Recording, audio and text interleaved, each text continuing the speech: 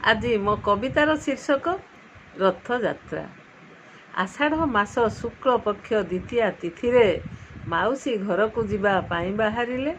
ପ୍ରତିଶ୍ରୁତି ଦେଇଥିଲେ ମାଉସୀ ମାଆଙ୍କୁ ପ୍ରତିବର୍ଷ ଏହି ଦିନେ ବୁଲି ଆସିବାକୁ। ଆଗେ ଭାଇ ବଳଭଦ୍ର, ମଝିରେ ସୁଭଦ୍ରା, ପଛେ ପଛେ ଆସୁଥାନ୍ତି ମଜଗା କାଳିଆ। ତାଳଧ୍ୱଜେ ବସିଛନ୍ତି ଭାଇ ହଳଧର, ଦର୍ପ ଦଳନରେ ଦେବୀ ସୁଭଦ୍ରା ଆମର। ନନ୍ଦିଘୋଷେ ଦିଶୁଅଛି ଦୁଇ ଚକା ଡୋଳା, ରଥଯାତ୍ରାରେ ଲାଗିଛି କେତେ ଠେଲାପେଲା। ଦେବସ୍ନାନ ପୂର୍ଣ୍ଣମୀରେ 108 ଗରା, ପାଣିରେ ଗାଧୋଇ ଭାଇ ଭଉଣୀଟି ପରା। 15 ଦିନ ରହିଲ ଅଣସର ଘରେ, ଫୁଲୁରି ତେଲ ଓ ବୁଟି ଖାଇବାର ପରେ।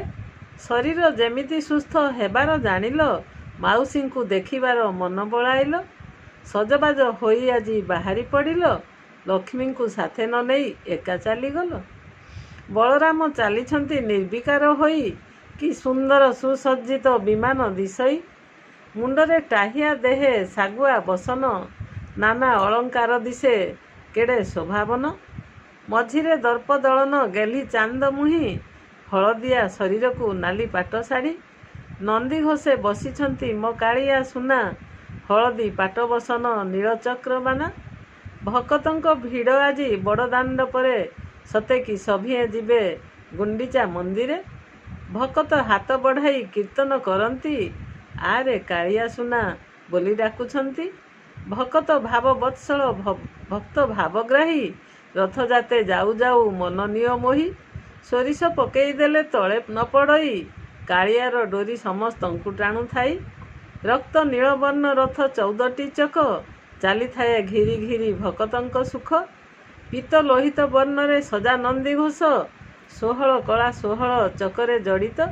କୃଷ୍ଣ ଲୋହିତ ବର୍ଣ୍ଣରେ ଦର୍ପ ଦଳନ, 12 ଚକରେ ଗଡ଼ନ୍ତି ଆନନ୍ଦିତ ମନ।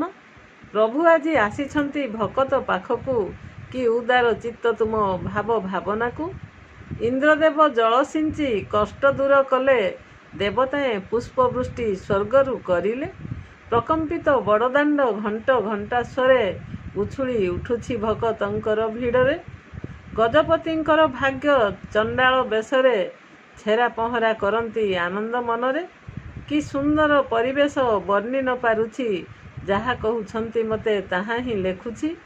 ଭାବଭରେ ବିହ୍ୱଳିତ ଭାବରେ ଭକତ, ଟାଣି ନେଉଛନ୍ତି ରଥ ଦଉଡ଼ି ଶକତ।